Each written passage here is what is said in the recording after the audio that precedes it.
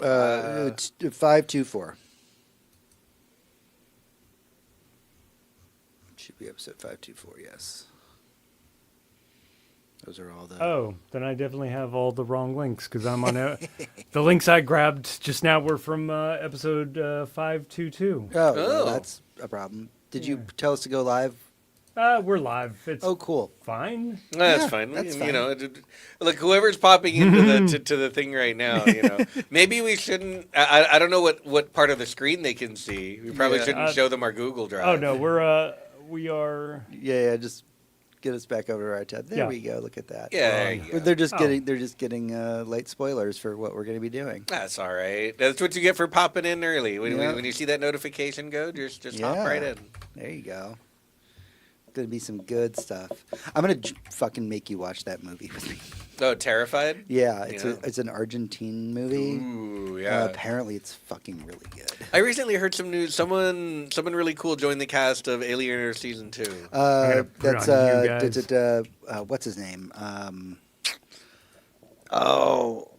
Like Game of Thrones. Yeah. Cannot remember the actor's name. Oh, it's it's Peter Dinklage. Yeah, Peter Dinklage. He joined Game of Thrones. Yeah, there you go. Yeah. People are super excited about that. Yeah? Oh, they yeah. start filming that next month, I want to say. Sweet. Yeah.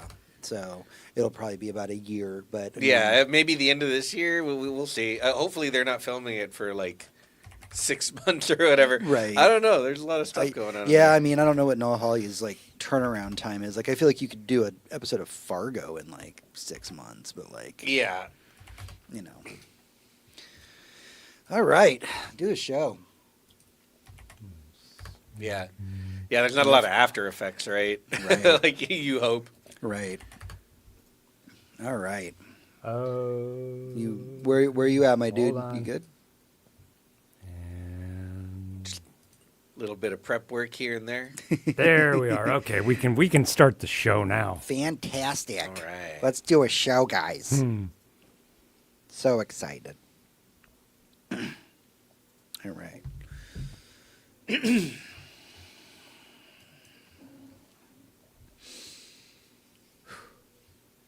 Welcome, everyone, to Good Night and Good Game, your source for geek news for the weeks that were. I'm your host, James, and with me, as always, is my wonderful co-host, Hector, Hello. and our fantastic producer, John. It's me. This week on the show, after the news, we're going to talk about some of the awesome announcements made during today's Triple I Initiative game show. But before we start, don't forget that you can head over to goodnight.gg, where as a patron of our show, you can suggest topics for us to talk about. Also, as a patron, you get access to our off-week episodes. We are now in Season 2 of our Tales from the Crypt watch and recap, and it's only $1 to join our Patreon. By the way, breaking news as of an hour ago, not even kidding. I know that we've had a few comments of like, hey, the Patreon thing is cool, but like I can't actually watch Tales from the Crypt like unless you go buy the DVDs. Breaking news as of an hour ago, Shudder has the rights and will air Tales from the Crypt on Shudder, and it's the full uncensored old school versions. I cannot emphasize to you how impossible this must have been to pull off. Yeah, so fucking cool. Because this is our show that had so many rights issues because of music and actors and everything. The fact that Shudder pulled getting Tales from the Crypt off and getting it on their platform when like HBO didn't have it, it's amazing. I'm in awe. Yeah, it's full on. Like we thought this was one of those things that would never happen. But aside from internet piracy, this was going to be one of those things that was lost media. We were pretty sure. So having it on a streaming service, a well-known, well-managed streaming service that we all in this room know and love. Yep. It's a wonderful news. Well, it has been released on DVD a couple of Yeah, times, it's been but on DVD. but we thought we would never see it in a high def, not only high def presentation, but streaming, just because Yeah. the rights issues. Yeah, huge amount of rights issues. So now is the perfect time to subscribe to Shudder, subscribe to our Patreon, and get caught up on the episodes. Yeah. And next month, Tales from the Crypt is going to be on Shudder. So that's just bonus news. Yeah, It's you can bonus watch news them for with you. us. Yeah, you can watch them alongside of us. It'll be super exciting. But if you can't join our Patreon, we could still use your help. By liking or subscribing or even just sharing our show with others, you'd actually be helping us a ton. Oh, yeah. We have a very small audience, and I'm trying really hard this year to make that audience grow, and we can't do that without you. So share us. Think Give of us it like clicks. 2 and 2. Take 2 minutes to rate us on your, podcast portal of preference. Yeah, throw some stars on there. Take 2 minutes to do that and share us with 2 friends. Like, hey, you're a gamer. Everybody knows a gamer. What if adults talked about gaming like it was actual news? Right. Right. All right. With all that out of the way, though, it's time to get into the weekly raid. The Weekly Raid. All right, everyone, it's time for the weekly raid, your roundup of recent geek news. We're playing a little catch up since we've been off the air. Oh, yeah. Yeah, we've had some life. There's been a lot of happening life around. going on. I've spoken previously on the podcast about how I'm currently unemployed, and I just needed to take some time away from the show because the show costs money to make, and really focus on, trying to get employment. And I'm not quite there yet, but I'm doing good enough that we could do a show for you. Thank you to our patrons again, by the way, and our friend Abby, who sponsored the show for this particular episode to make Thank sure you, everybody Abby. is, super fed. Thank you. So let's get into the news. There's a lot to talk about. Not all of it good, because that's just how Because things it's are. video games and capitalism. We're going to start with it before video games. Let's get into the fun stuff, which is usually horror. Oh, yeah. So kicking things off this week, Brian Fuller of Hannibal and Pushing Daisies fame is teaming up with legendary horror writer Clive Barker. Now, nothing is known about the project at this time because Barker has actually been really busy working on some new projects like the upcoming Hellraiser video game. But just the idea of these two icons working together, it was too exciting not to put in this show. Yeah, it's kind of nuts because both are known for their extreme visual style. The leather bondage hellscape created by Barker and the super classy but super dark wine and gore like Brian Fuller type stuff. So I don't know what to think about this because it's not like either is incredibly well known for things other than that. So it's almost like a hat wearing a hat, but in a good way, like a really nice hat wearing an even nicer hat. I don't know. What can I they have my attention, and I am intrigued and excited. Yep. And normally when the news is this vague about it, I tend to not put it in here, but I love these creators so much. I had to at least give it a second and be like, hey, by the way, they're working on something. Let's all get excited for Yeah, that. for anyone who hasn't seen Hannibal, you are doing yourself a And disservice. also Pushing Daisies. Oh yeah, Pushing Like, Daisies. Fuck yeah. I loved Wonder Falls Yeah. for all 3 episodes it aired. All right. It was announced this week that Fargo and Alien Earth creator Noah Hawley Oh yeah. is directing a remake of the Argentine horror film Terrified. Now, you can currently view the original Terrified on, remember, not Terrifier, Terrified. You can view the original on Shudder, and it's actually gained a lot of infamy online for having multiple fantastic scares in it. So just to give you an idea of what it is, to quote Bloody Disgusting, Terrified centers on a police officer and a series of paranormal researchers and investigators who attempt to get to the bottom of supernatural occurrences that are centered in one neighborhood in Buenos Aires. This is a movie that I'm planning on actually checking out really soon, and I'm going to make Hector watch it with me. It's going to be like a Sunday movie for us, and we're just going to watch this. We'll do a trip report hopefully next episode. Yeah. All right. Keeping the fun news rolling. So the first 2 episodes of Mall Shadow Lord premiered this week. And just spoilers, they're fantastic. That's good. I was really worried, to be honest. So just before those episodes were released, it was actually announced that Mall Shadow Lord is already getting a season 2. Nice. So it sounds like Disney has a lot of faith in this little animated series. And if you're kind of wondering about what do I need to know before Mall Shadow Lord? There was a really interesting interview with Sam Witwer, who's the voice actor who plays Maul in the animated series. And Witwer basically said nothing. If you've never seen a Star Wars film or TV show, everything that you need to know will be in the show. Okay. Does it follow like? Is it is it an origin thing? Is No. it like okay? No. So it's not like little baby Maul meets Palpatine or anything like that. No, it's definitely post episode 1. Okay. So I would say all you need to know is that in the So animated do we meet Maul when he doesn't have legs? If it's post episode 1? kind of, yes. Okay, I mean that's fair. Here's my thing about Maul, and maybe some of the audience can sympathize with me here.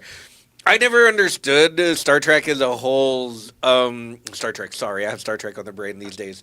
I have never understood Star Wars as a whole's obsession with Darth Maul. I get that he was a very, very cool character. That's like it started off the prequel trilogy with a bang. He didn't have any lines. They had 10 times more reason to be obsessed with him than they ever did to be obsessed with Boba Fett. So That's for sure. I want to That's take fair. both of y'all's points here. That's fair. Because this is one of the things that I love about Maul being obsessed over, is that this is the kind of shit that fucking Star Wars fans do when they're being good people. Yeah, Not when they're being horrible pieces of shit on the internet. it's like who's that? Right. Like they'll see a cool character in a Star Wars and be like, we should make that character our whole personality. Mm-hmm. And so there's a reason why in the Legacy books, like Boba Fett has like this whole arc in the Timothy Zahn books, and then you get an arc with like Boba Fett and his kid. And then like, people have been writing books about Boba Fett, and literally a series called The Book of Boba Fett, because people were obsessed with this really silent character. And I think, to your point, one of the things about, because I was there during the episode 1 craze before it aired and everything, we saw that trailer, we saw Maul, and we went, oh, this is definitely the next Darth Vader.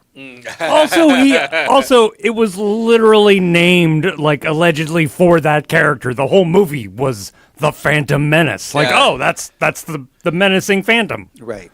So I like the fact that the fan base has really latched onto Maul and is really trying to explore his story. All you need to know is that in the cartoons that followed after episode 1, The Filoni stuff, like the good stuff. Yeah, it's all the Filoni stuff. And that man has had a hell of a story. And we've seen his story from beginning to end. We have seen, like, the death of Maul in the animated series. Okay. So we know where the definitive ending for Maul is.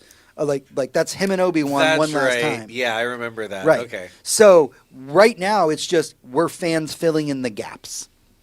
So, but the fact that this had not premiered yet and Disney saw it and was basically like, give this a season 2. Give this a season 2 right now. Yeah. If there's any reason to go watch Maul Shadow Lord, do watch it. First 2 episodes are up on Disney Plus right now. I watched it the other day and just absolutely fell in love with it. Before your next piece of news, I need to light a candle. For what? Okay, I'm lighting a candle. Go ahead and move on to the next piece of news. Oh, yes. Here we go. So, as we hop into video game news, have you ever heard of the live service game called The Cube Save Us? No. Okay. Well, our show panel here has definitely seen a trailer for it at some point. I want to say it was probably the Game Awards. But I don't expect that any of y'all out there actually knew what the fuck this was. And at this point, this is this podcast right now. Probably the only way you're going to hear about this game. Yeah. So, The Cube Save Us was an online service game that launched on March 18th for PC. It peaked at just over 5,000 players on its first day Okay. and is now shutting down its servers just weeks after it was released. So this is just another casualty of the live service rush, like game rush that we've been hearing about for so long. It happened with Concord. It's been happening with game after game at this point. It just happened with Highguard. Hector, you have thoughts? Live service games. We had this problem, and everyone knows this story. We had this problem with MMOs. When something like World of Warcraft takes the world by storm, back in the day, 2004, 11 million players, woo! Everyone suddenly wants to make one without really realizing that there's not enough room for all this shit. We don't have... Nobody has time to play 2 MMOs. But we extended the day to like 27 hours in 2016, didn't we? See, even if we did, there's still not enough time to play 2 MMOs. I couldn't play World of Warcraft twice in that amount of time, much less a whole other MMO. And man, again, I've ranted about this before. But like these games, and I don't know anything about this one. I don't know if it was a little bit more indie. It certainly doesn't look very AAA, but it absolutely had some money spent on it. Looking at this trailer I'm looking at right now, that shit looks expensive, which means that there was like hopefully market testing. There were some accountants involved, maybe somebody who knew anything about video games involved in a I wonder if we should somewhere, because I could have told them not to make this. I could have told them to make it something else. I mean, and I'm going to talk about this a lot when we get to the what we've been doing section at the end of the podcast. I've been playing a game called Crimson Desert. Crimson Desert was conceived of as an MMO, almost as a sequel to Pearl Abyss's other game, Black Desert Online, which is a Korean MMO that's very, very popular. They realized no one's going to fucking play this shit if it's an MMO. And they turned it into a single-player game, and right now it's like one of the most popular games on the planet. And I can tell you why for a lot of reasons. We'll get there. But if there's, and I know you're out there, if there's anyone making a live service anything right now, please pivot while you can.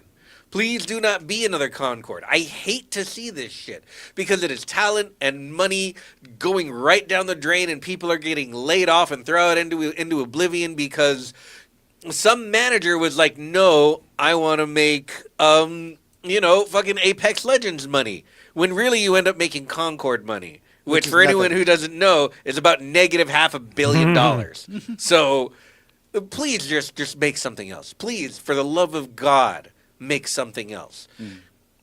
And again, I'll talk more about Crimson Desert later, but it's one of my favorite games. It might be my game of the year, and it's only April. All right. So, I promise it's not all doom and gloom in the world of video games, but we do need to do a roundup of games industry layoffs. It is that time of the podcast. Let's get into it. Crystal Dynamics recently laid off 20 employees after laying off 30 in November of 2025, as well as an unknown number of layoffs in August and March of 2025. Take-Two Interactive, the parent company for Rockstar Games, has laid off their head of AI, as well as an unknown number of developers. This happened after reporting a quote-unquote outstanding last quarter with net bookings of $1.76 billion. Piranha Games has laid off 30% of their staff this week. This comes on the heels of the announcement just a few weeks ago of their newest DLC for their very long-running game franchise, MechWarrior 5. Eidos Montreal, the studio behind the newer Deus Ex games, put out a statement that they have conducted mass layoffs that have affected roughly 124 people. Epic Games, the studio behind Fortnite, which is a game that needs no introduction, laid off over 1,000 employees recently, stating that there is a downturn in Fortnite engagement. What?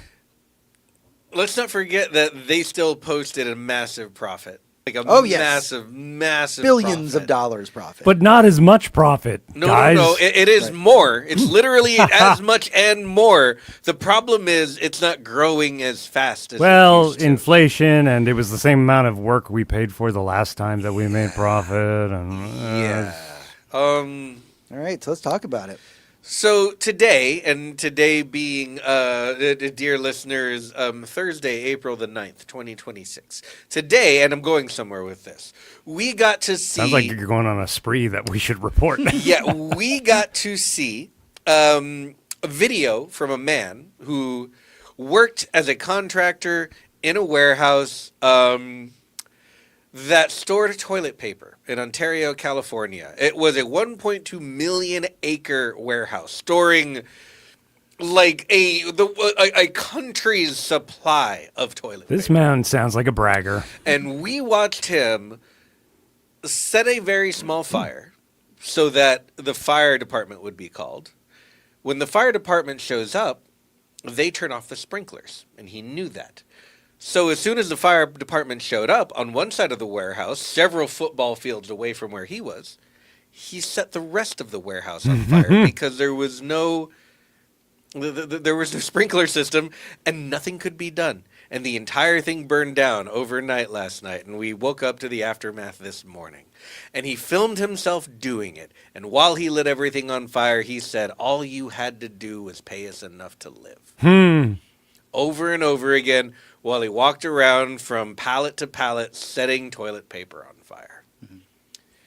Says a lot about the state of the world right now. Yeah, we need to talk about, like, what we're doing with our people while we sit here on our piles of money. By the way, is that a true story? Yes, Very that true did. story. Please look that Oh, up. Yeah, good Lord. It's all over chat this I morning. thought this was like some beautiful metaphor about the gaming industry. No. This is an actual Wow. story. Yeah, Ontario, Canada, Ontario, California. Please look this up. Yeah, it is all over the internet. And, like, I am not saying anyone ever anywhere should light a bunch of shit on fire. I am Sounds not like you allowed want me to say to that. start setting this place on fire. It sounds But- like you want me to. The thing is, this is what happens to our toilet paper when we don't pay people. You are talking about companies with all the money in the world. I'm sure the toilet paper owners have all the money in the world, but all we can do to line our pockets and to basically hurt working class people so that they know their place and don't feel entitled to work, or to even to have lives, is fire them and lay them off and pay them shit and abuse them. And man, I don't know, like.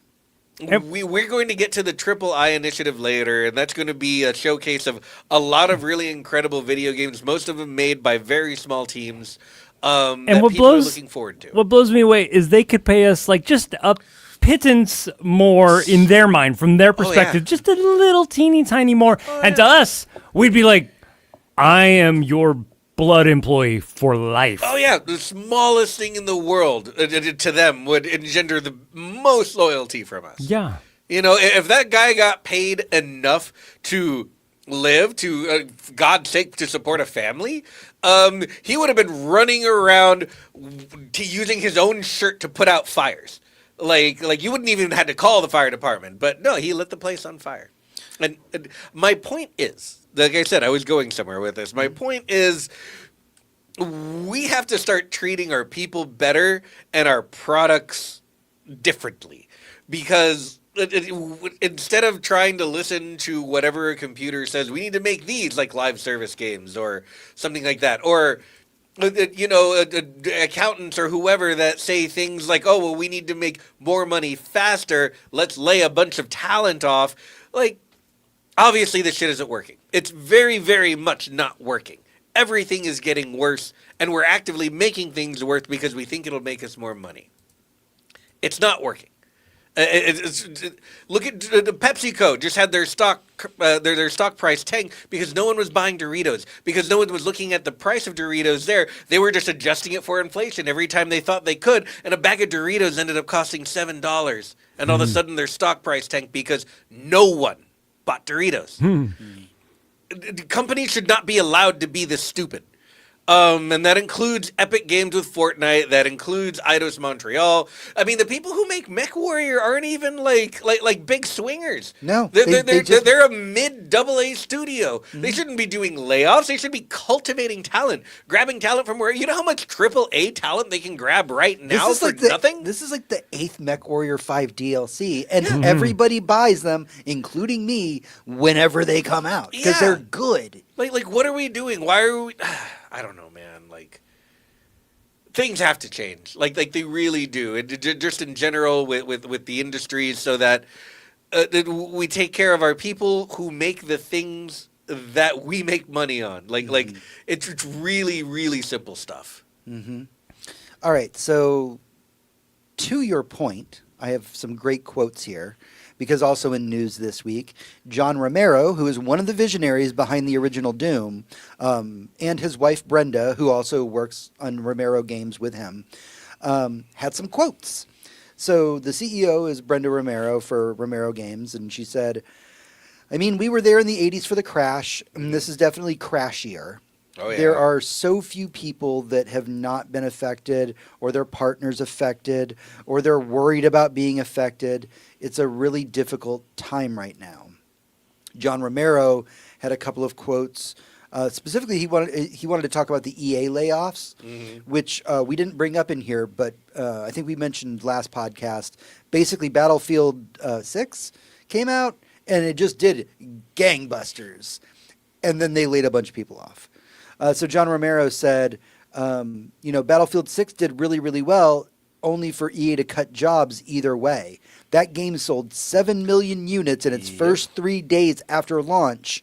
And he said, I don't understand what that's all about. A game sells 7 million units, and then they just nuke most of the staff. Yeah, and we're talking about like one of the most successful Battlefield in a long time, and it did gangbusters. The audience came back after a really bad project. Like you release a huge stinker, and then you release one after it that fixes the problems, and everyone came back, and the community loved it, and then they laid off a bunch of the staff. Like, what is the problem is that we do know what it's about. We do know what it's about. Yes, we do. It's obvious. We know exactly what it's about. And I don't know like how much longer we can sit here and pretend we don't know what's happening instead of solving the problem. Right. Basically, the problem is that people at the top just want to see the line go up, and Yeah, and they make all the decisions specifically just for them as individuals, not for their company, not for the things they create. We don't forget the fact that it's art and that it's subjective and that it can be beautiful in a way, and also that it's entertainment and that there's all of those things. It's just a product. It's just a product that needs to be made well on top of all of those things. And it's never going to be made well if you keep firing your artisans. Right. But right now, in this moment, if you fire them, you'll get 50 cents more? Like what? Yeah. And they've all lobbied for decades to make sure that they are legally obligated to keep making the line go up. Yeah. Nobody will get in trouble if everybody gets fired and their lives are ruined. Mm-hmm. But if you don't make the line go up, you're legally obligated to your stockholders. Yeah. Straight up. It needs to be fixed, and there are some very easy fixes, and there are some very hard fixes. And if we don't do it the hard way, we'll have to do it the easy way. But I mean, everything that we just talked about, we're talking literally about thousands of lives, and that's not even. That's just in the last since we've been off the That's air. a sample. Yeah, that is a small sample from this year alone, Right. and it is April. Yeah. This is just from while we've been off the air. That's how many layoffs have happened. And, Hector, you and I work in the tech industry, and we know it's just as hard in the tech industry right now. No, it's impossible right now. I was talking to a former colleague of mine just the other day, and I was just like, hey, man, I was just checking in. How have you been doing? And he was just like, boss, I got to tell you, dude, I just got laid off. Mm-hmm. And I was just, man, he's such a good, he busted his butt when he was working under me. And I was just like, really? Somebody laid you off? But it's that's the state of the industry. No, right you can do a great job. You can make something like Battlefield 6. You can make Fortnite, for crying out loud, and you can still get fired for it. Yeah. You can have a huge success, and still just lose your job over it. And let's not forget, everything is tied to your job. We say in this country the term earn a living because if you're not earning it, you don't deserve to be alive here. So remember, when you lay someone off, it's not like, oh, he'll go back into the system and come back out. No, you were sentencing people to all kinds of hell, misery, poverty, which basically in this country means, you can either die or get out of the way. The important thing is we won't remember you, and we'll just forget about it. Yeah, and this is the stuff that has to change. The tech industry is messed up. That I can't think of an industry that is doing really well. I honestly, gun to my head, I cannot think. By the way, I'm a video Ooh, producer. that's a good one. Gun industry's doing really good right now. Oh yeah. You say that? I don't think that's true. No, I mean, just We're probably outsourcing all of I'm sure guns are getting shitified the same way everything else is. Everything's just rattling around. I mean, they in there are now. Barbies for grown men. I They've have been no the idea. ultimate I collector know very little item. about guns. Yeah, so, It's not something I check up on constantly, but I think most of them are made out of the country anyway. Look, the industry, food is fucked. I mean, come on. Yeah, man. Like, we're just riding the coattails of this beast right into hell, and it's like, man, like I don't know. Okay. Well, take us to the next that's- one. Yeah, that's James. the rough part of the news, I guess. Yep. We are going to end this section with a little bit of fun news, and that being that White Wolf, the creator of the World of Darkness universe, which includes role-playing games like Vampire the Masquerade, has announced that Nacon Studios, the group behind the way better than it should have been RoboCop game, Oh, so good. is working on an all-new video game adaptation called Hunter the Reckoning Death Wish.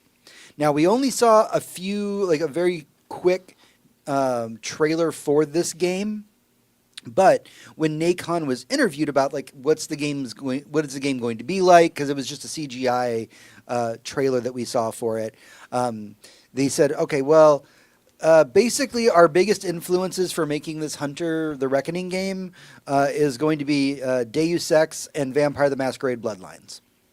And this is a game where you play a hunter in the world of darkness, which means you are just a fucking human in a world where vampires exist and werewolves exist and changelings and all these other things. And gamers have expectations. If you come to us and you say this game is heavily influenced by Deus Ex and Vampire the Masquerade Bloodlines in terms of gameplay, you have just evoked two of the biggest names in gaming to ever exist. Mm-hmm. You have just put yourself on a pedestal and said, this is what our goal is. And I will say that having played RoboCop, I really do think they have the chops to pull it off. Mm-hmm. I can agree with that. But man, it's gonna be something. Yeah. And it's Hunter, man. Like, Hunter's a very underloved property when it comes to World of Darkness, because, I mean, nobody wants to play the hunters. Everybody wants to play the monsters. Yeah. But also, La Sombra representation in the trailer. Super excited about that. If you're a World of Darkness person, you know.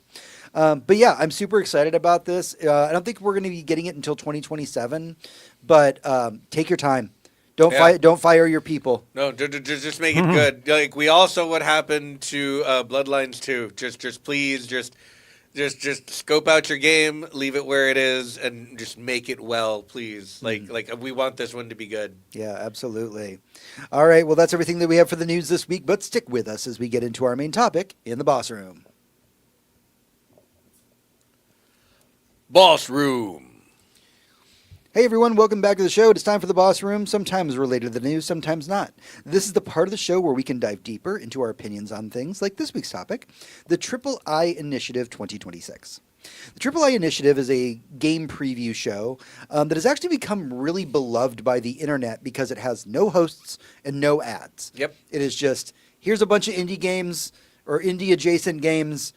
Enjoy. Yeah, usually stuff that's like right about to either hit early access or right about to launch that What, the algorithm may have never shown you. What do the eyes I knew you were going to ask that question, and I did not look that up. God damn it. A Triple I Initiative, I know that it's about indies because Yeah. there's not even so much as like I'm going to need a your lot of gamer double cards right now. a lot of double A I don't think stuff, that they've but even ever told us. I mean, I'm sure it's on their website, but like, probably yeah. Yeah. But it's a great little thing. I want to say we've only had like a handful of them at the most. yeah, it's only a couple of years old, I want to say. But yeah. But it's a lot of fun. It's like 45 minutes of like, here are trailers for games that are either about to come out or about to launch into early access that you probably have never heard of.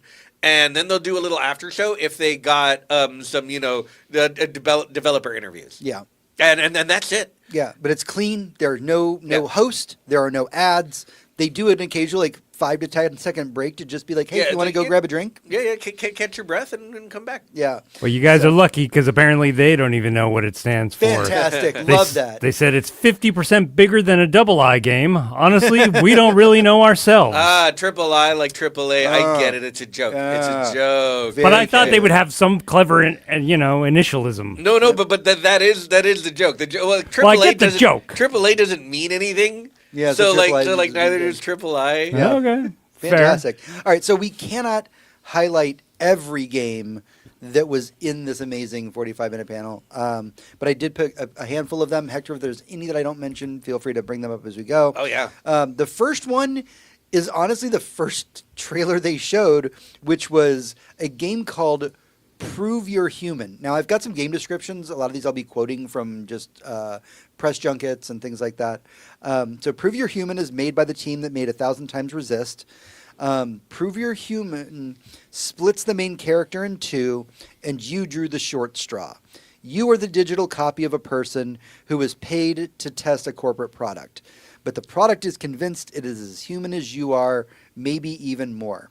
This is a weird series of like mini games Yeah. where like, and it's all shit that we Huh. normally do. Like it has like the CAPTCHA thing. Oh yeah. Prove you're human. You know all the little tests we do. Right. And like it seems like it's just narrative focused, and I don't know, it's just so fucking weird. I don't even think that if you watch the trailer you could make sense of it. Yeah, it's this kinda- reminds me very much of like an A24 like sort of thing type game where it's the game is more of an interactive art piece trying to like get you to see something.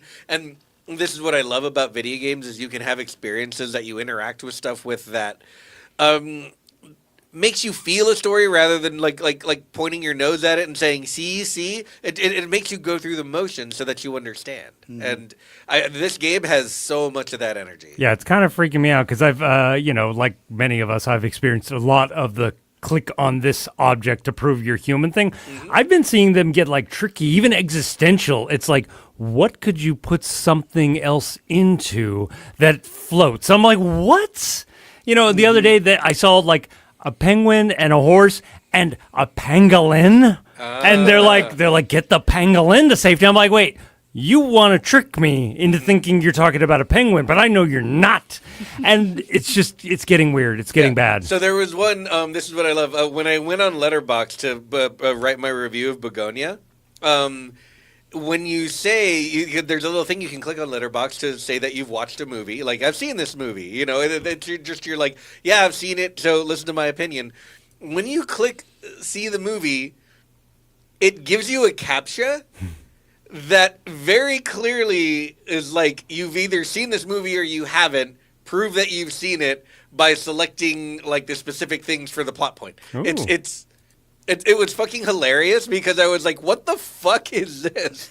but it was not only a good joke, and I'm glad they don't do it for every movie, but for this particular thing, it almost felt like an extension of the movie itself. I don't know. It was really cool. That sounds fun, but just quick reminder before we move on to the next one. Folks, we are training the AI to be more like us. That is all we are doing. 1000%. All right, so I'm gonna give the brief description on this one, but I'm gonna really let Hector take over for this particular one. It's called Lost Railway. It is a 2D co-op quota horror game where you and your friends travel through a strange, cute but creepy post-apocalyptic world aboard a train that must never stop. You scavenge abandoned stations, avoid or in worst case scenarios confront monsters, and race against an escalating level of mutation on the level while fulfilling a quota that keeps the train moving. If you're watching the screen right now, then you can see how fucking cute this game is. Like I just watched a frog like cock a gun in cute little 2D animated art. This is a Kermit ass frog. Like it is cute. It looks puppet like. None of this looks realistic. You know what this reminds me of? It reminds me of Happy Tree Friends. As far as the contrast goes between like cutesy animation and unspeakable gore. See, it's funny. I was going to say because of the gameplay, it reminds me of far loan sales, the one where Oh. you have to keep the train going. Oh, absolutely. Yeah. You get far loan sales. You get a Yeah. little bit of something like Signalis or even older stuff, like early indie things that were like, here's 2D and we're going to like put you in a room and we're going to just scare the absolute shit out of you because that's what this is. And the fact that it's co-op and you sit there and solve these puzzles with your friends, man, what a cool game. The atmosphere looks right on point. The fun factor looks through the roof because like you're scared not just because oh man something's gonna jump out at you, Five Nights at Freddy's style, but because you need to survive. And You gotta need to keep solve that the train puzzle. going. You got to keep the train going, and you might lose some friends. But the game shows you that like if your friend dies, you can like rip his head off, take it back to the train with you, and grow him a new body so that your friend didn't die. It looks adorable and scary and fun. It looks like a great time to have with your friends, which is always what I'm looking for because basically, like 3 nights a week, me and my friends get together and we play video games to wind down the day. This is the type of shit that I'm super into. Okay, next up, we got a new trailer for Castlevania Belmont's Curse. Oh. We've already talked about this in the past, but this is the team that brought us the hit Dead Cells. Yeah. And they dived into the setting for this game, which is it is post Castlevania 3. It is heavily inspired by Castlevania 3 and Castlevania Curse of Darkness. That's the one where the main character's name is Hector. And the setting for the game is 1499 Paris. So you won't just be fighting the forces of Dracula, but you'll also be fighting historic figures like the corrupted form of Joan of Arc. Fuck yeah. Yeah, no, this looks amazing. I trust these guys to the absolute end of the world to make a really compelling, really cool Metroidvania. They practically made a roguelike Metroidvania in Dead Cells. Like, it really was that intricate per level, and it was really cool. There was really great Castlevania flavored DLC for that game, which is why they got this job. And you can see right here, just in this trailer, that was the best decision to make for Castlevania. Yeah, if you've not seen the trailer for it, go on YouTube. Yeah. It's Castlevania Belmont's Curse. It looks fantastic. It really does look so much fun. Like, the art style is right there. Like, it's Castlevania, but more like there's a plus to it. They're not trying to adhere to an art style. They're trying to make something all their own, but it's still 2D. It's still side scrolling. It's still a castle you're exploring. It seems very, very cool. And the whole theme of like 1400s Paris kind of carnival vibes. Like, come on, yeah. Put it in my veins. I love it. All right, next up, from the creators of Deus Ex and Thief comes Thick as Thieves, which is a stealth action heist game that is built for solo and co-op play. Man, this one looked cool. Like, I'm not usually like a stealth-only stealth game person. Like, as much as I love a thief game, it's usually not like my chosen genre. Give me more of a Dishonored, where, yeah, I can stealth, but also I can, like, murder everyone. This is not that. This is a stealth because you're stealing, you're thieving stuff. And, yeah, being able to do it with friends seems like a lot of fun because it seems like almost like a rotating puzzle. Yeah. That you're all going to have to solve together to, like, really take advantage of everything. The art style is amazing. It's, like, a little bit cartoony, but it's also really beautiful. They're saying that the missions are very quick. They're very replayable. They're not meant to be like not super stressful or not super time intensive. And again, this is Warren Spector, the man who practically, aside from Kojima, invented the stealth genre. Yep, pretty much. So like Thick as Thieves, man, it looks fun. The art style is so unique and fun. And yeah, like, the architecture of all the buildings, like everything is just top notch. It looks amazing. Yeah. All right, see, next up here is Crop. So Crop, you're playing, it is a gritty farming thriller where your life depends on the yield. Oh. You were abducted and bound to a dying farm. You must dig, plant, irrigate, and cut through the decay while solving the mystery of your captors and overcoming the daily cycle. I feel like we just watched this episode. So it's a fascinating top-down game. It is a life simulator in the way that a lot of people are playing those right now. Yeah, think Stardew Valley, but like grimdark. Right. And you're always being watched. You have captors. They're keeping an eye on you. Yeah, and it looks really fucked up, guys. Yeah, it looks so fucked up. Like, you know what makes great fertilizer? Bodies. Yeah. Yeah, that kind of shit. You I know we say this to the point that it's basically meaningless now, but this definitely looks like one of those games that would get my wife to play a video game. Oh yeah. There you go. Mm-hmm. Yeah, absolutely. Let's see here. There was a game called Machine Party up next. Ooh, Machine yeah. Party. Holy shit, did that look cool? For anyone who's played it, in Resident Evil, there was a DLC for RE7, where basically you had to play games with one of the antagonists, and then the penalty was you dying. Mm-hmm. That's this. Like you get basically a bunch of mini games to play with your friends where you can be maimed, murdered, or killed, and yeah, whoever does the worst gets shot in the face by the machine. It seems really fun. It seems really cool. It seems like a great time with your friends with so much on the line. Again, one of those games where like indie is really coming into its own with like selecting an art style and really going for it without having to be, you know, like super realistic or spend all your money on graphics or spend all your time, you know, doing skin textures with someone, you know, these simple, beautifully made, tons of room for like atmosphere and like, man, this just bleeds atmosphere, the whole thing. It looks really, really cool in the darkest way. If you got a dark sense of humor Yeah. and you like playing games with your friends, this is for you. I saw the trailer for it, and the intro scene that they showed during the trailer was just like a bunch of like characters from the game sitting around smoking. And graphically, if I had to describe it to you for our radio audience, it looked like mouthwashing. If you're familiar with that game. Oh yeah, absolutely. It's Like very, like- PS1 level, yeah, like very lo-fi. crunchy pixel Yeah. graphics, but still 3D. Yeah. Yeah, absolutely. Let's see here. What do we got next? Over the Hill. So, Over the Hill is being described as an off-road exploration game about the quiet thrill of getting lost together. So you drive these vintage vehicles that are real vehicles through these vast open environments that are inspired by real-world wilderness.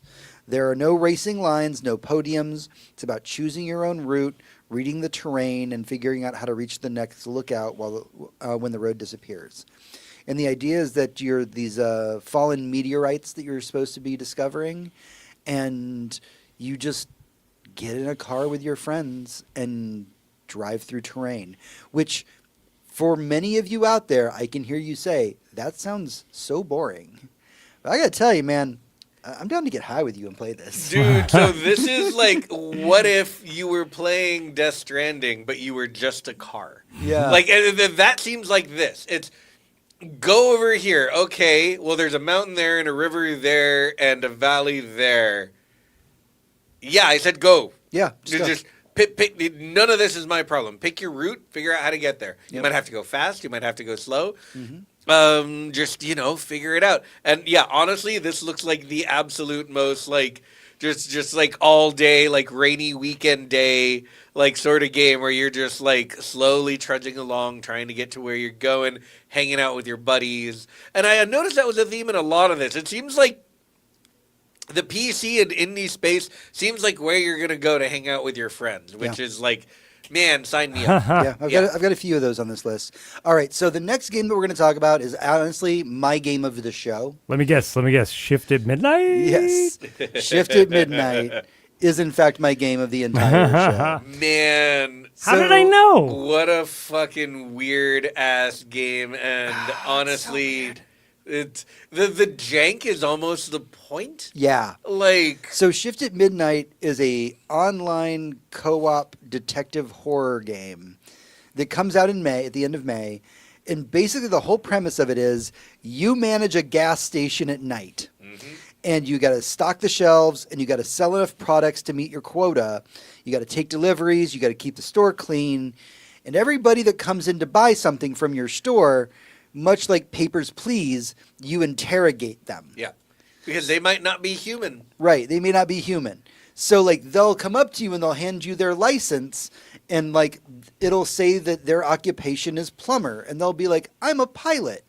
And then the moment you hear that discrepancy, you pull out your gat and shoot them. Oh yeah, you shoot them right in the face. You turn them into gibs. And then you got to clean those gibs up. Oh yeah. The place has to look nice for when actual customers comes in. This is a business after all. Right. So yeah, you clean up their gibs and you throw away the trash like you're playing fucking arcade paradise. Yep.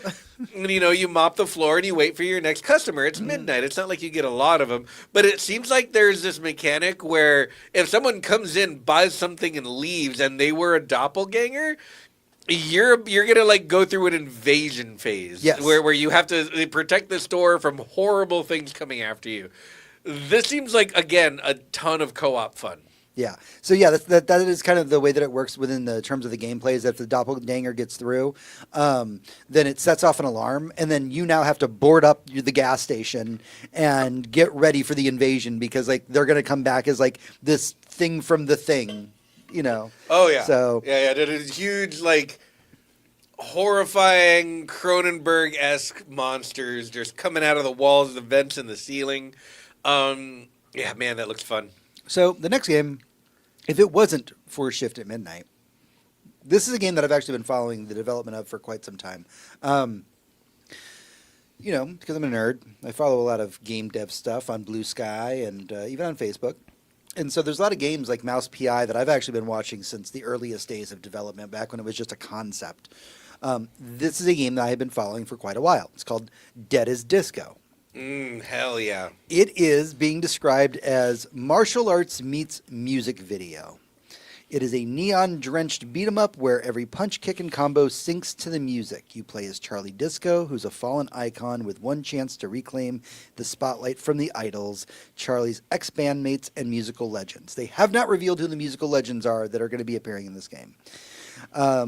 So you go through the game, and the game has a default soundtrack to it, which is going to have popular songs and multiple versions of popular songs. I do not know if this is confirmed, but like if Eye of the Tiger's in it, you're actually going to get like 8 different versions of Eye of the Tiger, and one might be an 8-bit version, and one's going to be like the actual version of the song. But more importantly, the thing that people are latching onto this is that this is one of those games where you can upload whatever music you want to it. What? And it will sync itself to the music. You have to like set what the BPM of the song is, and then once the game knows the BPM, it can actually make the rhythm fight track for the game. And so the idea is that you're doing all of your punches and kicks and moves, everything to the beat of the song. Right. Okay, that's going on my like, list. Yeah, think about something like a BPM or Metal Hellsinger, where you're like FPSing to the beat. Yeah. But this is your a game that we both talked about, a Sifu. Yeah. But you're in this one, you're Sifuing to the beat. Yep. And I can't think of a game that's more my shit ever. Like this looks absolutely incredible from a gameplay standpoint alone. Not to mention how cool like the visual and the setting and the theme is. Like that would be a whole other thing that I'd be into. But just the mechanics of like a well-made beat 'em up and a rhythm game, like oh my god, yeah. So hit me with it. The developers of this game have actually been very much working hand in hand with their audience. There was a really great interview with them after the presentation. And they basically asked the audience, like, aside from uploading your own music, what would you like to add to it? And everybody was just like, make it moddable. And they were like, sure, if y'all want that, we'll do it. Yep. And they said during the interview that the first thing that somebody modded into Dead as Disco was a Shrek skin for the main character, and then set it to fucking Smash Mouth. Yeah, of course. Yeah. That proof of concept. Yeah, it's just trying something. And so, yeah, basically their whole thing was, we're making a sandbox for everybody to play in. They basically want to treat it like, any other number of the rhythm games out there. Like, we can't get authorization for all the songs that you want to put into this, but we've built a system that you can upload whatever song you want to it, and you can just have fun with it. Yeah, I love the idea that we're like advertising now like streamer safe music in our games, because it turns out we discovered by accident that there's a whole community of people who would much rather watch other people play games than play them themselves. And I love those people. Those people are awesome. They all get it. And they just either they don't have the coordination or the time or whatever it might be, or even just the desire to sit down and play a game. But they love watching other people play them. And you know, you need to you do that on stream, and things need to be safe for streaming. You can't put a bunch of Queen and Metallica and Beatles songs into your game and hope that the internet's fine with that. You know, this is really cool. I appreciate it very much, and I cannot wait to play this game. Yeah, I don't stream to our Twitch as much as I probably should, but in my personal Discord, I'll occasionally just stream whatever games we're playing together. Yeah. And weirdly enough, just people come and hang out quietly. Like we were playing Slay the Spire, and there was like 5 people like watching us play Slay the Spire, and I'm like, we're not that entertaining, guys. We're playing a card game. Yeah, yeah. I mean, we were basically going back and forth complaining about our draw. There was a night where I streamed like all of Faith, the Faith Trinity. Oh yeah. And like people were just coming in like being like, dude, this game is so fucked up. I'm like, yeah, it is. It's so good. All right, let's talk about hangout games. Next up, we're going to talk about a little game, and I put this in here for myself and for my heart and for my soul. This was not about being like, you guys need to go play this game right now. But there is this game, and I'm using game in the giant air quotes here, just called Sledding Game. Yeah. And Sledding Game is a multiplayer hangout game where you race down hills and you do cool tricks and you crash spectacularly with ridiculous ragdoll physics. And you're a frog. Because you can be a frog or a road cone Yep. or a, like a little squishmallow. Yep. You can wear a little hat. Yep. You can throw snowballs. Yep. Because you're sledding. You know, you can go ice fishing. Yep. Nothing about this game is about being competitive. Yeah, you can It's just hang out not- by the fire. It's about hanging out with your friends yeah. and And putting on little sledding, hats. because sledding is fucking fun. Yeah. This to me is just such the core of what indie game development looks like. Absolutely. It is just some indie game developer who says, you know what I really loved as a kid was just sledding with my friends. I would like to make a game out of that. And the entire game is just hanging out. There's no like end game. There's not going to be some boss dragon at the end. It's just hanging out with your friends, doing some sledding, Yeah. putting on a silly hat. Looks like a great time. Yeah. We should all be able to do that at some point in our lives. Yeah. Next one up, I'll make it really quick for this one, but Warhammer Survivors. So, Vampire Survivors is a game that we all play. It's very addicting. It's very silly. It's very fun. It's surprising that most games that have tried to rip off Vampire Survivors just have not been able to pull it off because Vampire Survivors is just the best at what it is. It was just made by a guy who knew exactly what the fuck. And, Yeah. and none of the other people making them know what the fuck. Yeah, and like the fact that the Vampire Survivors in the very first iteration really was just ripping off Castlevania in a lot of ways. Oh, yeah. And then Konami was just like, "Hey, instead of us ripping us off, why don't you just do a full Castlevania expansion for your game?" Yeah, just throw the actual Castlevania shit in there. Let's go. If you buy every piece of content for Vampire Survivors, by the way, it's like $15 for the whole thing. Yep, when I bought He it, has the like- he game has like- cost $2.99, and It it still was the does. best $2.99 I ever spent. Yeah, it's cost $2.99, and every expansion is basically $1 or $2. Yep. And yeah, like Warhammer Survivors is just Vampire Survivors if you like 40K. Yeah, Enjoy, bro. seems great. All right. Next up is a game from Tiny Build Games. Tiny Build Games is a really fascinating little indie studio. Very cool studio. I've played several of their properties, but they're going to be releasing a game called The Lift. And in The Lift, you are a mysterious handyman renovating a massive research facility abandoned after a mysterious incident. It is a eerie first-person simulator with satisfying house-flipping gameplay, a mind-bending story, and a highly interactive world that is inspired by Soviet sci-fi and the SCP Foundation. And it's got the BioShock puzzle solving that everybody hated, but I somehow like. It is just Oh, it's got all kinds of puzzles. Yeah, you're absolutely. You're flipping and repairing this like Soviet style station. Yeah. And Mhm. spooky things are going to happen. Yeah, But think it's- about my first thought when I saw this trailer was like the janitor at Black Mesa. Yeah. Yeah. Like, straight up, is you're gonna see some shit, but please clean up around you. You know, like that sort of thing. Spooky things will happen, but it's not meant to spook you really. Right. It's more for flavor. Yeah.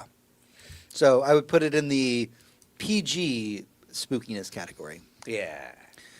All right, we are about at the end of all of this. I know, Hector, you probably have a couple that you want to talk about. Is there anything else? Is that your last one? That is my last one. Okay, so before you do that one, because we should end on that one. I just the only one that we haven't. Oh, there are two that we haven't mentioned that I want to talk about. Talk about them real quick. One is Far Far West. It is a horde shooter set in the West. Like think like Old West, like American style cowboys, etc. What kind of shooter did you say? Horde shooter, meaning you and your friends are fighting against a wave Ah. of creatures. Think Left 4 Dead.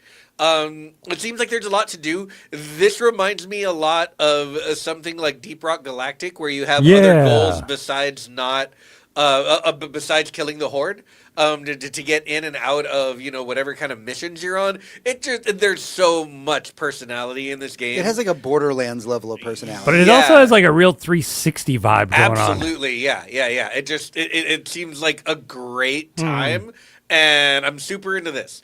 The other one I wanted to mention was Gravekeeper 2. I want to say, Graveyard Keeper 2. Graveyard Keeper was an awesome it's another slice of life game, and we have a lot of those coming. Basically, a bunch of people fell in love with Stardew Valley and said, I want to make one of those, but mine has to be different somehow. And in this one, instead of having a farm, you're a gravekeeper. You're a graveyard keeper. You, for a town or for a little village or for whatever, you manage the dead bodies. It's up to you to entomb people and gather their bodies, dig graves, keep up the grave site so people Very are happy linked with to it. the past looking. Oh yeah. And it's just it can be wholesome and slice of lifey, but it can also be very dark, and there's so much humor to it because there's a little skull that talks to you all the time and he's very sarcastic. It looks so good. It looks like a lot of fun. This one I believe is single player, but these games are so cool. This one seems to have like a zombie invasion mechanic where you have to tower defense the town that you're the gravekeeper for. Yeah, it looks really cool. I mean, it looks awesome. I can't wait for this one. Before we get to our last one, I realized that shame on me, I forgot one of my favorite games during the III Initiative showcase.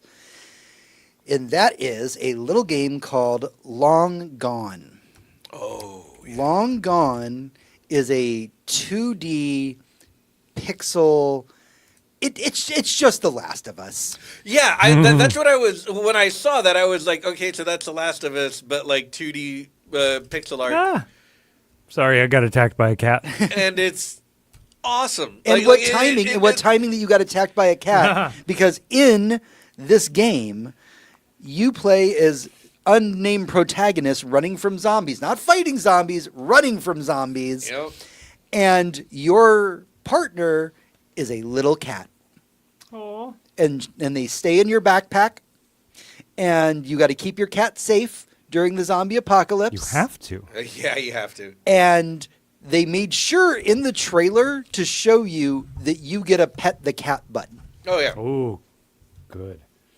So that's Long Gone. Long Gone. Yes. Man, I saw that, and at first I was like, why do we have 2D pixel Last of Us? But the cat's very charming, and the running versus like shooting and murder and commentary on violence. No, you're just taking care of a cat, man, while Yeah. you run from zombies, and nothing could be simpler and more fun than Cats are going to get us all killed by zombies, that. Oh, by the way. absolutely. So apparently, from what we're hearing about it, this is going to be kind of a no combat game.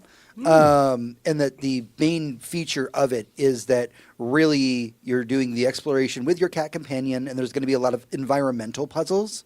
So like you're not directly killing a zombie, but they even show in the trailer like you can make the zombie smash into a car, and the car will like tip over onto the zombie, right? So environmental puzzles seem to be the name of the game for this. Yeah, that's Long Gone. I'm super, super excited about that. Looks so cool. All right, last game for us to talk about. Let's talk about Neverway. The premise of this game is that after quitting her dead-end job, Fiona starts over on a farm and becomes the immortal herald of a dead god. You get to make friends, fight through horrors, and pay your debt in this nightmarish life sim RPG. It is co-directed by the pixel artist of Celeste, and the music is by Disaster Piece. And if you don't know Disaster Piece wrote the music, I believe, for It Follows, which is basically just mimicking John Carpenter.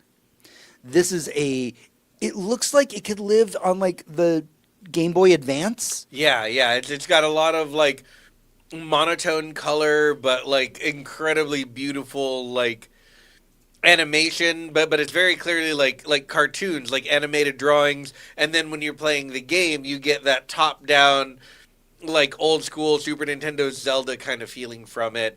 Something a lot like Stardew Valley, but in this case, less, like I'm going to spend a few years on a farm, and way more of an RPG where you're, paying Cthulhu back for whatever debt you might owe the Elder Gods. Yeah. Seems very cool. You posted the trailer for it like earlier today before like we even knew the AAA initiative was going on. Somehow, and I don't know how this happened, but I found out about this game a while ago and added to my wish list. And the only reason I posted it today is because Steam notified me that the demo for the prologue was available, which is what they announced at the show. They're like, "Hey, you can play the prologue right now, and the game will be coming out this year." And I was like, "Fuck yeah." Yeah, looks absolutely fantastic. Again, another one of those that's up there.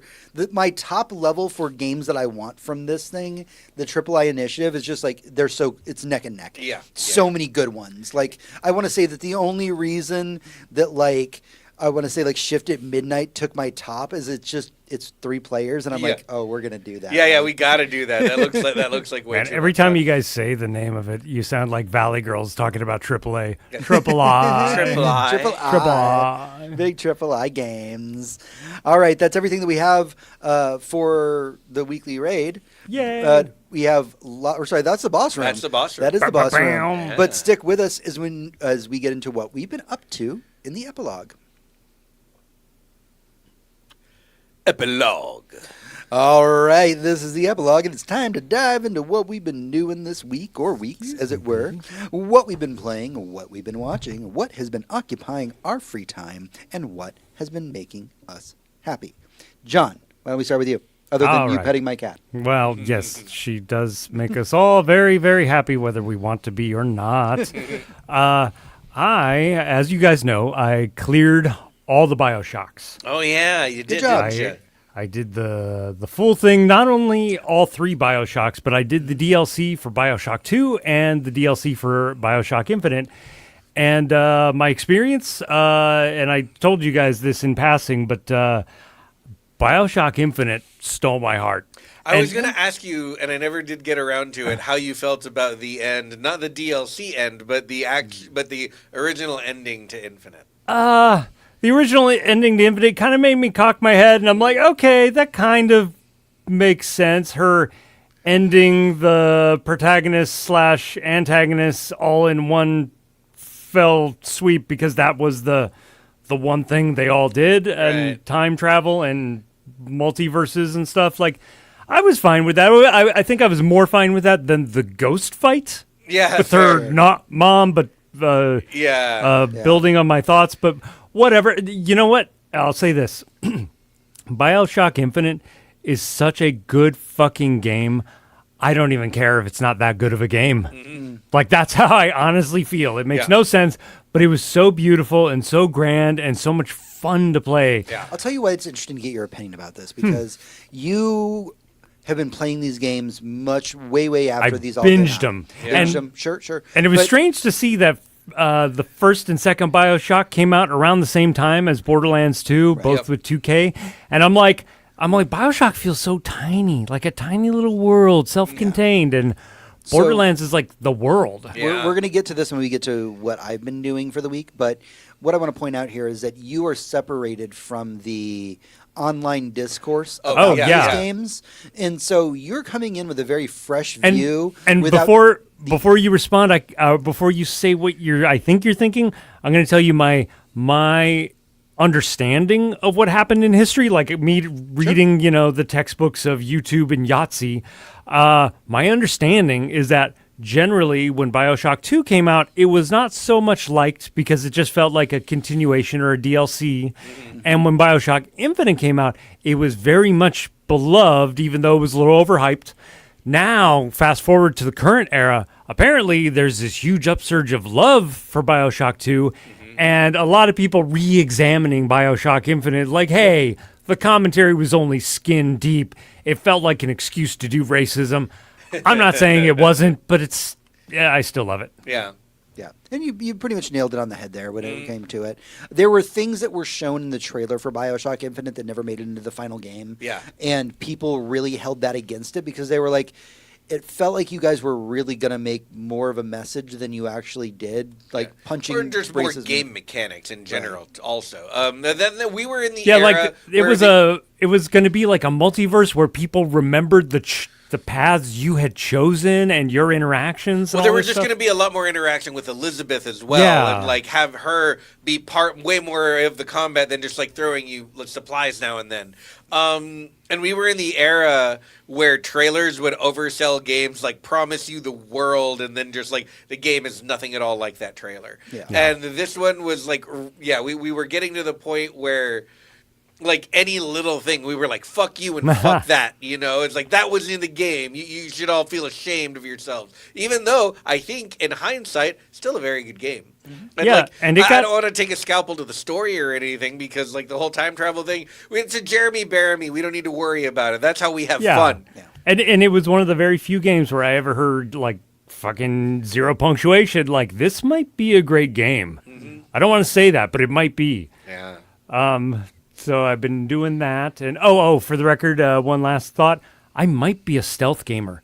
Because the DLC Oh, yeah. for Bioshock Infinite, the one where you play as her, which, by the way, the only reason it's a stealth section is because they took the most powerful character in the whole series, a woman, depowered her, definitely sexist. But that stealth section made Bioshock scary again. It did. It And really it made every encounter like, shit, I don't want to waste the 2 fucking bullets I have because I won't be able to Yeah. finish this level. Fuck. You know, it was It was very cool. it was incredible. But I have one last thing that I'll mention for what I've been up to lately. And I think it was honestly one of the best movies that my wife or I have seen in a few years. It's called Wolf Children. Well, the American title is Wolf Children. It looks and feels very much like a Miyazaki movie, but it's not. I've heard of this. Is this a Yeah. short film? No. It's Okay. a full length, and it's basically like a very interesting metaphor for raising children. A single mom raising children, aka raising children. Right. And it's about her having these half wolf, half children, and just dealing with all that crazy stuff. And it plays beautifully as a metaphor because at our age, I assume you guys have friends who have kids, and sometimes they tell you about the kids. Yeah. And it always sounds like this weird alien thing where they're like, I didn't know this shit. Nobody told me this. Like, I had to come up with this weird solution. And so it's this beautiful metaphor for that. And there are some shots in there in the movie Wolf Children that just will live rent free in my mind for a while. Yeah, I saw in the trailer here by the director of Belle. If you've never seen Belle and you loved this, go watch that. There are shots in that movie that take my breath away. So yeah, I can't wait to watch this. This looks amazing. It looks nice. like I'm gonna And cry you guys on it. have access to it. Yeah, there's Hell yeah. quite a few tiers. I would almost want to say it has an opening I would put almost on the level with Up. Ooh, Oh, Sorry, okay. but Wow, it does. that is a bold statement there. hardcore. All right, Hector, what have you been up to? All right, so I'm going to do video game stuff, then non-video game stuff. For video game stuff, I've got one thing to talk about. I should Only have one. more. I've played a lot of games. Shout out to Echo Point Nova, which I'll talk about some other time because I don't have fucking time for it because I have to talk about Crimson fucking Desert. Crimson Desert. Oh my god! If you don't play video games, I'm so glad you're here. Please keep coming back. But if you do play video games, you've heard of this. Crimson Desert is a game by Pearl Abyss that was originally going to come out as an MMO, and then they realized very smartly that that wasn't going to make any money, and no one was going to play it. But what they had was they had this big open world with a full kitchen sink of fucking, like, businesses and trade routes and a huge world full of, like, caves and dungeons and factions and hidden weapons behind waterfalls and treasure chests behind ancient ruins and people with all kinds of like a Game of Thrones level like political interactions and boss fights and an engine to rival all engines ever that flawlessly renders a world as far as the eye can see that's gorgeous to behold at any time, and a combat system that was Dynasty Warriors is what I keep coming back to because it's not as intricate as something like a Spectacle Fighter, like a Devil May Cry. It's certainly nothing like a Souls game, but it is third-person action. You can ride a horse. You can ride a dragon. You can pilot a mech. You can wear a rocket pack. You fly around the world with your magic powers and your crazy gauntlet, but you're also a medieval knight riding a horse, delivering peasants things. Sorry, bird's eye view one more time. What type of game is this? It's a sandbox. I mean, is there a campaign or am I playing? It's all campaign. Oh, okay. It's all campaign. Make your own fun. Like I said, think of the best. The best thing I can come up with is it's Grand Theft Auto. It is a world that makes sense. Always happening around you, that there is a story for you to play within, but if you want to ignore that story and just hijack a car or steal everything that isn't nailed down, you can do or you that. Can get a cat. Or I can adopt a cat. I can adopt hundreds of cats. Hundreds of fat cats. Yeah, there are fat cats and skinny cats. There's a super unique cat in a village full of magical children that's the smallest cat in the game that everyone's like, have you guys seen this cat? You can make your cat clothes. You can buy them clothes. You can have a dog. You can have a pet wolf. You form relationships with the horses that you ride, and they level up and get faster and more efficient when you do. This game, like I said, kitchen sink. It is everything. In my game, and I am nearly 70 hours in. I am in chapter 6 of, I believe there are 12, and I believe I have uncovered about 40% of the world map. That is because of the way that I choose to play the game. You could try and steamroll the campaign. You could try and never touch the campaign and just do other shit. But there are systems everywhere. There are systems for everything. And you basically choose your own level of engagement. I haven't had this fun in a very, very long time. This much fun with a game. People started out by comparing it to Skyrim because when Skyrim came out, it felt like you could go anywhere or do anything. That wasn't true. If you look back at it, you're very limited in what you can do in Skyrim. In this game, I can literally just play the stock market all day. I can literally build up my camp, get us a wagon built, load the wagon with trade goods, and pilot the wagon just like sitting in the seat from village to village making money. Or I can go fight a dragon. Or I can go into town, talk to the local royalty or, just some aristocracy, and they'll have something for me to go do. That someone is threatening them, or, one of their friends needs the help of a mercenary, or they just want you to talk to one of the guys with a shop in town because he needs help delivering some goods. All kinds of shit everywhere, secrets hidden everywhere, behind every rock, under every waterfall. There's something cool going on. Is this a Sound of Music track? Everywhere in this game, it's insane. It's really, really insane. I've been playing the game for 70 hours, and for every second of those 70 hours, I have been surprised by what I find, and frankly, what I don't find that people online are finding in places where I just was. It is a Steam game? Yeah, you can get it on Steam, you can get it on PlayStation, and I think those are your only two options for gaming these days. And yeah, it's just... And it's fucking gorgeous. The engine runs very, very well, even on my card that is 6 years old at this point. Man, this is an achievement, like a real fucking achievement. This game has the sauce. This game, as of right now, is my game of the year. Not because I was looking forward to it the most. I wasn't. I didn't think the game was real until it came out. In fact, I was actively skeptical because of the trailers I had seen, because it just seemed like there was too much going on. There's no way the game could be as good as they're showing it to be, and it's better.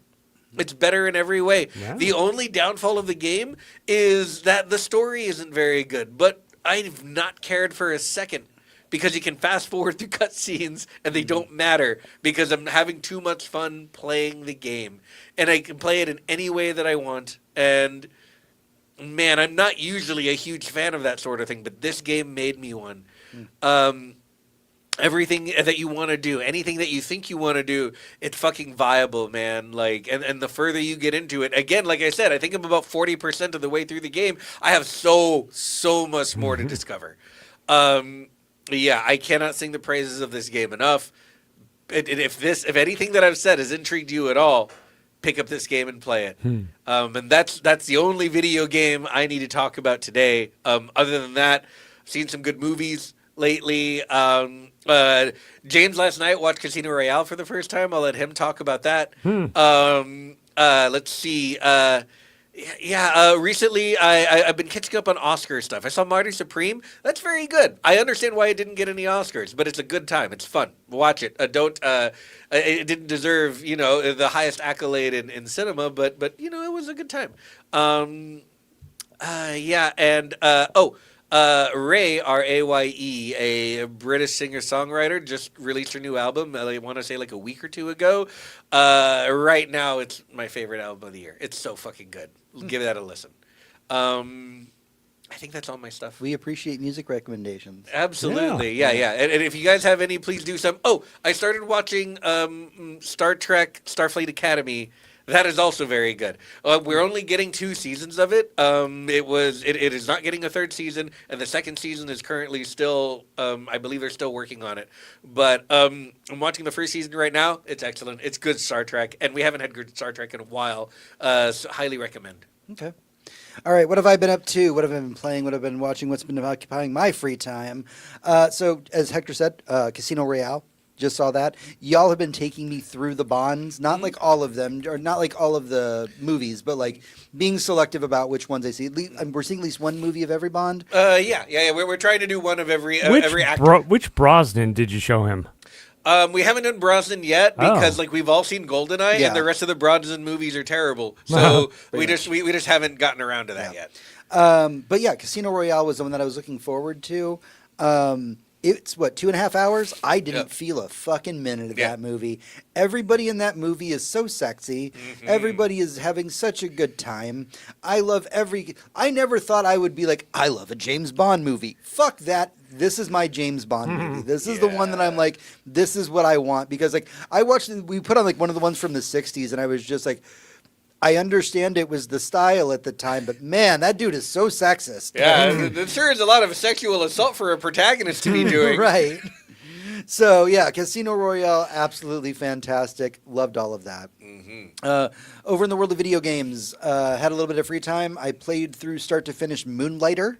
Yeah, what a great game. Moonlighter is a little indie title where you run a shop in a town, and at night when people aren't buying things in your store, you dive into dungeons to loot the dungeons so that you can then populate your store with things for adventurers to buy. It is fun. It's sequels in early access right now. Mm-hmm. It has fantastic DLC. 11-Bit Studios just hits. Yeah. And like everything about this game, super cute, super fun. Yeah. There's so much care in the animation. Like everything has like cute little details on it. It makes the combat really fun because your character also moves that way. Yep. Yeah. Yeah. Love every little bit about it. I guess the last thing I want to talk about for video games is, there was something else that I was going to get to. What was that? Oh, I wanted to mention this. John, you had mentioned playing BioShock Infinite, and I was saying that like it's really cool that you get to view BioShock Infinite through the lens of somebody who didn't live with the news of, the negative press articles and all those things. You got to really experience BioShock Infinite like purely, like just in your by own little playing vacuum, it, right? In your own vacuum. And I've been going through the Marvel Cinematic Universe with a friend of mine recently. She hasn't seen a lot of them, and so like we'll just make a night of it and watch like a movie or two or a couple episodes of something. And it's interesting watching it through her eyes because she doesn't have the context for the reviews and the Oh, review yeah. bombing and all those things. So like recently we watched like Thor: Love and Thunder. She fucking loved it. It's a Wow. good time. She was like, "That was so much fun! Like What did- I had a blast." What did she think of Like, the first Thor? Loved it. Actually, Thor is one of her favorite characters other than Iron Man. That's my favorite of the Marvel Yeah. movies. I know I'm alone Really, on that. Thor but 1 is your the favorite first Marvel Thor is my fucking favorite Marvel movie. That's a bold I statement. like Yeah. that movie, but She's even in it's- charge. I've it's- seen it with. I'm not even kidding. I've watched it with director's commentary on, and let me tell you, that was a movie made in the editing bay because I watched all yeah. the deleted scenes, and they are shit. Yeah, I'm But sure. it's been really cool getting to watch these like through her eyes because she doesn't have the lens of like the nerd guys who are just like, yeah, Thor: Love and Thunder was so dumb. I can't believe what they did to Gore. Everyone's know. making too many jokes. Brr. Right, Yeah. right. Like it's kind of cool to like have this fun.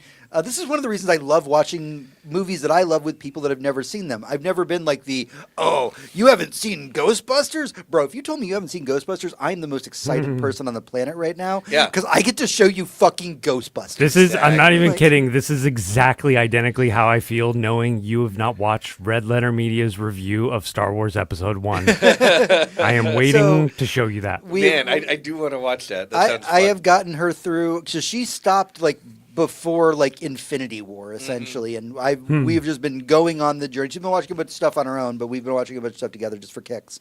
She's been having a good time with it. I've been having a good time with it. We've been watching a lot of What If. We actually are right around the corner from the Eternals, Oh, and okay. I'm really going to be curious to see what somebody who doesn't know what people said about that movie, what they're going to make of it. Yeah. So I'm super excited about that. So yeah, it's just cool to watch things through other people's eyes. The last thing I have to talk about before we wrap the show up is over the course of our break, I finished Mass Effect 2. I will talk about that at my end of the year review. It's great. It's a classic for a reason. And then I played through Mass Effect 3. And that's what I will talk about here. So I played through Mass Effect 3 start to finish. Obviously, nowhere near as good as Mass Effect 2. I would, as somebody, again, these Mass Effect games were games that are on my list of games I said I was never going to play. I tried playing Mass Effect 1 like 3 different times. I had to brute force my way through playing 1 just to get to 2. Here we are. 2 is fantastic. BioWare can get it. But Mass Effect 3 definitely has glitch issues, and I'm playing the Legendary Edition. It has glitch issues. It's got a lot of things going on. But the one thing I want to talk about Mass Effect 3, most important thing, all I care about, we don't even talk about combat, not the ending. I don't give a fuck. There is a thing that I didn't know was DLC until after the fact, and there's this quest that you can get where effectively you can throw a party at this apartment that you have. And I did do a little, the very few things in the game did I Google because I was just trying to make all the decisions my own. But somebody said like, hey man, don't throw that party until like this quest comes up because you want to have everybody in your party there for it and da da da da da. And I was like, okay, cool. No spoilers. Thank you, Mass Effect Reddit, for not spoiling it for me. So I get to this party. And this party is straight up the actual accumulation of all the decisions you've ever made. Not the ending, not any of the other like little mini quests. This fucking party is actually the accumulation of every decision you've made. And all it is you throwing a party for your friends. And I will tell you right now, in a game that was average at best, I want every role-playing game that I ever play going forward to allow me before the end of the world to throw a party for my friends. And you get to just walk around the party and the characters are all programmed to just tell the stories of the 2 games you played before. And they'll be like, oh yeah, remember that one time me and Shepard did blah, blah, blah, blah, blah. And like, it's just a side conversation. You don't even got to listen to it. You can just go fuck off somewhere. But you get to decide the tempo of the party. You get to pick if the music is upbeat or chill. You get to pick if people are going to hang around the fire and get appetizers or if they're going to have a poker night. And you get to swap this multiple times. And while you do this, you can interact with every character and just hear their love for the fact that they just loved the adventures that all of you went on together. And maybe it was because I was like a bottle and a half of wine in. I'm not going to lie. It had been a long night. I started playing the game that night at 10 p.m. and I did not finish until 2 a.m. But you go to this, you host this party, and everybody's hanging out, and they're swapping these stories, and like again, maybe I'm wine drunk, but I'm starting to get a little bit emotional about this whole thing. And then the funniest fucking thing in the world happens, which is my Mass Effect girlfriend is Tali, and if you don't know anything about the game, Tali is is part of this alien species. They can't exist outside of their suit, so she doesn't really get to be physical with people very easily. She has trouble opening up to people. She's kind of shy, and she was my Mass Effect girlfriend through the second and third game. I had a different girlfriend in the first one because I'm a slut like that, and. In Tali in Mass Effect 3 in the party scene just gets fucking wasted. Yeah. And so like my Mass Effect girlfriend, I can't find her at one point. I'm like, where the fuck Tali go? And I just like randomly walk into one of the 3 bathrooms because you have like 5 in this apartment. It must be nice. And there's just like my Mass Effect girlfriend passed out on the ground, and she's just like, hi Shepard, I love you so much. I got a tattoo. And you're just like, oh no, you're a lightweight. And then not only is this whole scene really fucking great and takes like an hour to do just the scene itself, the best part, they had the huevos to give you the next morning. Where everybody is laying around your flat fucking hung over, and I'm walking around because you don't drink during these scenes, you're just hanging out with everybody, you're stone cold sober, and like and you're like, you can like call in a pizza for everybody and like make sure they're okay, and I'm just looking around, I'm like, I have lived this. I have thrown this kind of fucking rager, and these are all my friends passed out on the ground right now. You And that's one of the fucking best things about Mass Effect 3, and it sucks that it was a DLC. Average game, but 10 out of 10 for getting to party with my friends. Every role-playing game should give me that opportunity and include the fucking hangover scene afterwards. Oh yeah. Agreed. All right.